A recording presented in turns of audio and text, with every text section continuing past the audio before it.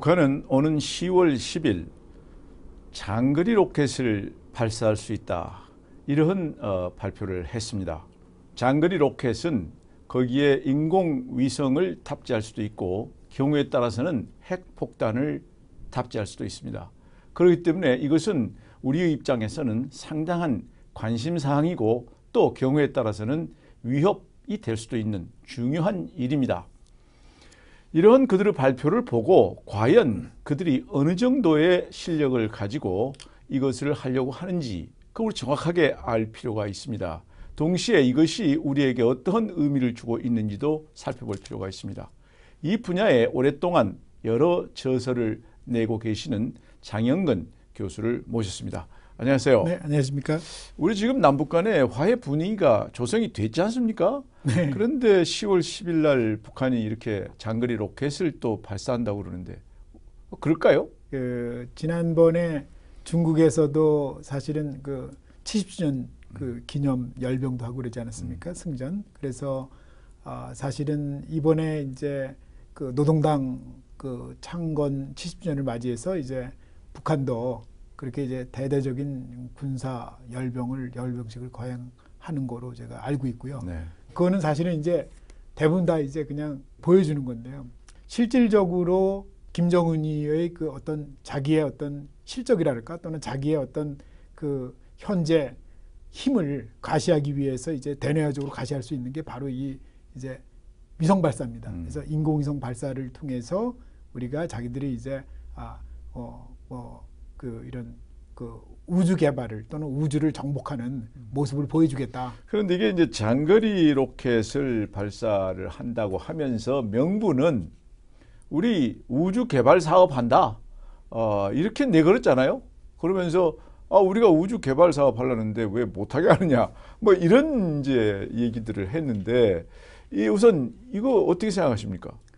네, 지금 사실은 국제적으로요.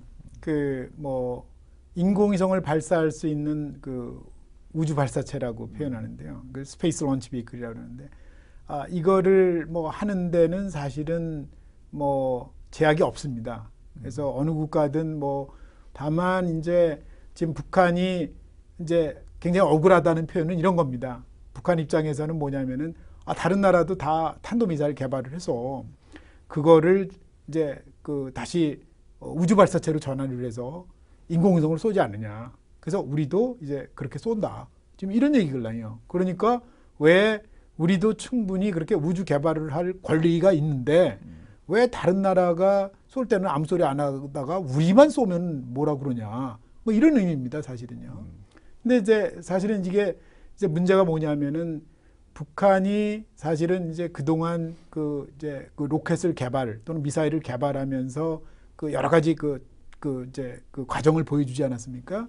잘 아시는 것처럼 작년 같은 경우에 거의 100여 기 이상을 발사를 했는데요. 대부분이 이제 동해 바다나 서해에서 동해 바다 쪽으로 이제 쏘면서 사거리가 짧게는 100km에서 길게는 한 600km 정도 나가는 주로 이제 스커드나 노동 미사일을 발사를 했죠. 근데 그거보다 더 긴 이제 중거리나 장거리 미사일 발사는 지금 못 하고 있습니다. 왜냐하면은 그거보다 더 긴 미사일을 발사하게 되면 일본 열도를 지나가게 됩니다. 남쪽으로 쏘면은 한국을 가야 될 거고요. 서쪽으로 쏘면 중국으로 가고 북쪽으로 가면 중국, 러시아를 가야 되니까 쏠 수가 없는 겁니다.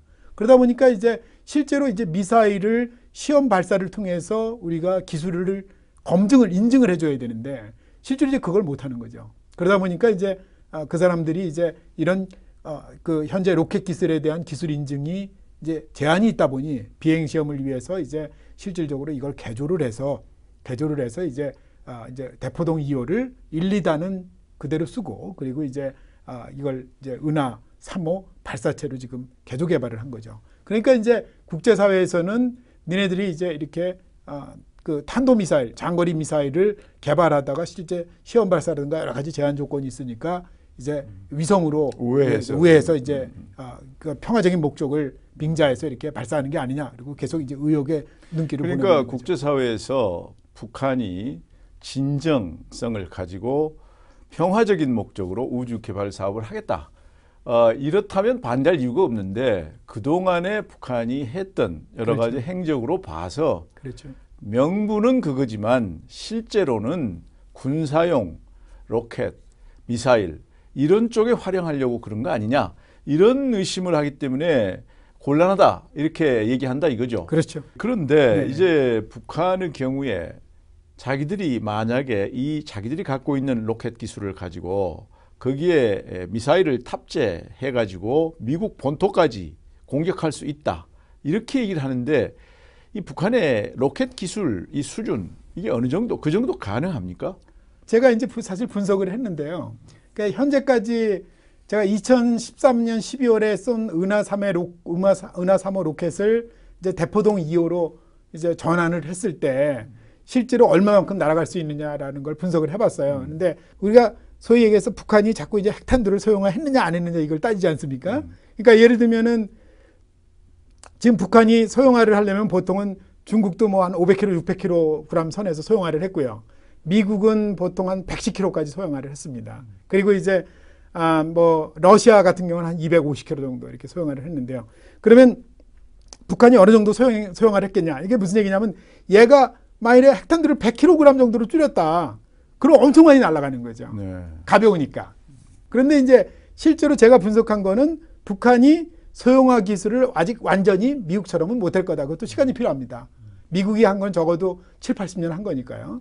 그래서 이제 우리가 소형화를 1000km 정도로 했다라고 가정했을 때 제가 분석을 해보니까 한 사거리가 한 6,500 정도, 6,500에서 한 7,000km 정도 나가더라 하는 얘기죠. 그래서 일반 신문지상에서는 그냥 뭐 은하 3호 발사체를 쏘고 나서 이제 이 기술이면은 대륙간 탄도탄으로 바꾸면은 얘네들이 뭐 10,000km, 15,000km를 날아가기 때문에 미국 대륙도 이제는 온전치 못하겠다. 뭐 이제 이런 얘기가 자꾸 나오는데 실질적으로 이제 기술적으로는 조금 차이가 있습니다. 네, 6,500km면은 어디 알래스카 정도? 그렇죠. 그 정도 날아가는 거죠. 알래스카까지는 날아갈 수 있다. 그렇죠. 타격할 수 있죠. 그 정도 기술은 있다. 그렇죠. 그렇게 되는 거죠. 네네네.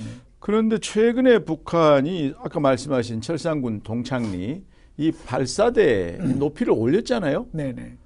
그 높이를 올린 건 무슨 의미가 있는 건가요? 지난번에 은하 3호 그 발사체를 쐈을 때 그 발사체의 높이가 50m였습니다.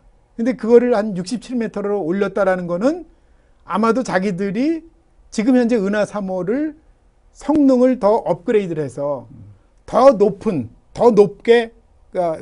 그 로켓을 지금 개발을 했다.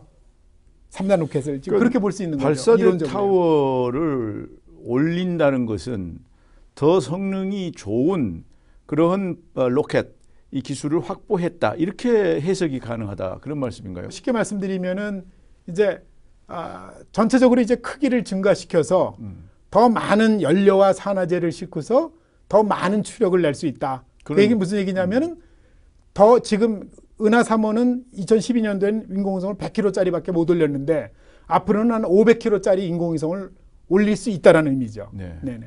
북한이 내세우는 게 우리도 위성 발사 대행 사업을 좀 하겠다 이런 것도 있지 않습니까? 네네네. 그건 뭐 가능한 건가요? 뭐 현실적으로 뭐 그 지금 현재 북한의 여러 가지 상황을 보면은 뭐 가능할 것 같지는 않고요. 사실은 발사체를 그 이제 은하 3호 발사체 같은 거를 업그레이드해서 또는 이제 그런 발사체를 개발한다 그래도 사실은 그 안에는 여러 가지 이제 그 부품들이 필요합니다. 뭐 일반적인 그 전자 부품들은 상당히 자기들이 생산을 지금 많이 못하고 있기 때문에 해외에서 이제 가져다 씁니다. 그게 수입이 안 되니까요. 왜냐하면 여러 가지 그 제재를 받고 있어서 그러다 보니까 심지어는 뭐 이제 그 일반적인 뭐 컴퓨터 같은 걸 구매를 해서 거기에서 있는 그 이제 우리가 그걸 이제 조그만 파트들을 뭐 트리플리 파트라고 그러는데 이런 파트들을 우리가 이용하는 그런 전례도 있다라고 제가 들었고요. 그래서 그런 여러 가지 제한 조건들이 있다는 거 그 첫째고요. 두 번째는 세계에서 많은 인공위성이 개발되고 있지만은 발사체도 굉장히 많습니다. 그러다 보니까 굉장히 많은 이제 성공 그 신뢰성이 있고 그 다음에 이제 누가 봐도 이제 그 가격도 저렴하고 상대적으로 이런 발사체를 찾는 거죠. 그러다 보면은 뭐 예를 들면은 인도나 지금 러시아 같은 나라들의 그런 가격을 쫓아가면서 그런 가격 경쟁력을 가지고 그만한 신뢰성 있는 기술이 있느냐? 그건 뭐 사실 이제 부정적이죠. 현재 우리는 러시아를 이용해서 인공위성을 올렸죠. 여러 번이요. 그러니까 네네. 러시아가 말하자면 그런 사업을 하고 있는 그렇죠. 셈인데 네네. 북한이 바로 그런 사업을 하겠다. 지금 이제 그런 명분이죠. 그렇죠. 그런데 현실적으로 아직은 여러 가지 여건으로 봐서 북한이 그런 사업을 할 만큼 경쟁력이 없다고 본다. 그렇죠. 지금 그런 네. 말씀이죠. 네. 그런데 한편 생각해 보면 그나마 국제 경쟁력은 없지만 로켓 기술은 어느 정도 수준은 되는 것 같네요. 결국은. 그러니까 이제 먼저 번에도 말씀드렸지만은 북한의 로켓이라는 게 실제로 다양한 종류가 있는 건 아니고요. 대부분 다 기반이 스커드 기반으로 해서 구소련, 구소련의 스커드 B 미사일을 기반으로 해서 그걸 조금씩 업그레이드 해가지고 나온 거고요. 은하 발사체라는 것도 결국은 스커드 B 그걸 화성 5호라고 그러는데 그걸 업그레이드한 게 화성 6호고요. 그걸 다시 좀 업그레이드한 게 노동 미사일이고요. 그 노동 미사일을 1단에 4개를 묶어서 쏜 게 이제 쉽게 말씀드리면 은하 3호 발사체입니다. 그러니까 결국은 이제 기존에 가지고 있는 로켓에 대한 그 기술은 적어도 40년 넘게 자기들이 상당한 기술을 확보한 건 맞고요. 그렇지만은 이제 새로운 로켓을 개발해보지 못했다는 거죠. 왜냐하면 이제 새로운 로켓이라는 거는 사실은 성능이 훨씬 높은 지금 현재 북한이 쓰고 있는 그 로켓이라는 건 스커드 기반의 로켓이라는 건 성능이 되게 낮습니다. 그러다 보니까 이제 상당히 한계가 있다. 그러니까 그 사람들이 그 대포동 2호 미사일이 이게 성능에 비하면 너무 커요. 그래서 높이가 30m 정도 됩니다. 그래서 성능이 크기에 비해서 너무 낮기 때문에 그래서 이제 다시 자기네들이 이동식 미사일 발사대를 이용한 KN-08이라는 그런 그 탄도미사일, 대륙간 탄도미사일을 개발하고 있는데 그거는 이제 전장 길이가 약 17m밖에 안 됩니다. 그래서 이제 트럭에 탑재를 할 수 있고 얘의 성능이 이제 대포동 못지않게 지금 개발을 한다고 하는 거죠. 그런데 이게 참 물론 체제가 다릅니다만 공산주의 국가들의 특징이기도 합니다만 북한이 이게 경제 사정이 참 어렵다. 이게 잘 알려진 사실 아닙니까? 이름에도 불구하고 이렇게 비용이 많이 드는 이 로켓, 미사일 이런 데다가 이렇게 많은 돈을 쓰는 이유 이건 어떻게 해석할 수 있죠? 이제 국내에서는 북한이 이제 이런 미사일이나 이런 은하 로켓 같은 거를 이제 개발을 하면 수조가 든다라고 표현을 하지만 사실은 그건 우리 관점에서 보는 거고요. 제가 보기에는 자기네들 방식으로 계산하면은 그렇게 돈이 많이 안 들 것 같습니다. 그러니까 이제 아무래도 그네들은 군이 주로 주도한다고 그러면 인건비는 거의 따로는 없을 거고요. 그걸 개발하고 발사하면서. 그리고 소재 같은 경우에 이런 경우도 이제 자기네들이 웬만하면 자기들이 해외 제품보다는 해외에서 살 수도 없어요. 그동안 그 유엔에서 하도 규제들이 많다 보니까 제재가 많지 않습니까? 그러다 보니까 이제 자기들이 이제 대부분 다 이제 내부적으로 생산해서 쓰고 이런 게 많은 거로 제가 알고 있고요.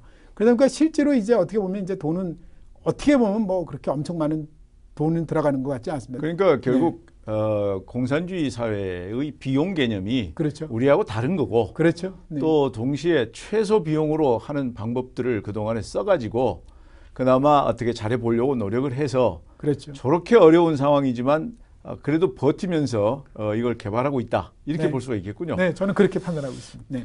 그럼 우리 이제 입장에서는 다른 거는 모르겠지만 결국 국방의 차원에서 이 북한의 로켓 기술 그리고 로켓을 활용한 인공위성 띄우기 이런 것에 대해서 관심이 있을 수밖에 없는데요. 그렇죠. 국내 어느 부서에서 이 북한의 로켓 기술, 로켓을 이용한 어떤 군사적인 그 활용 이런 거를 지금 관측하고 대응책을 마련하고 이런 걸 주로 어디서 합니까?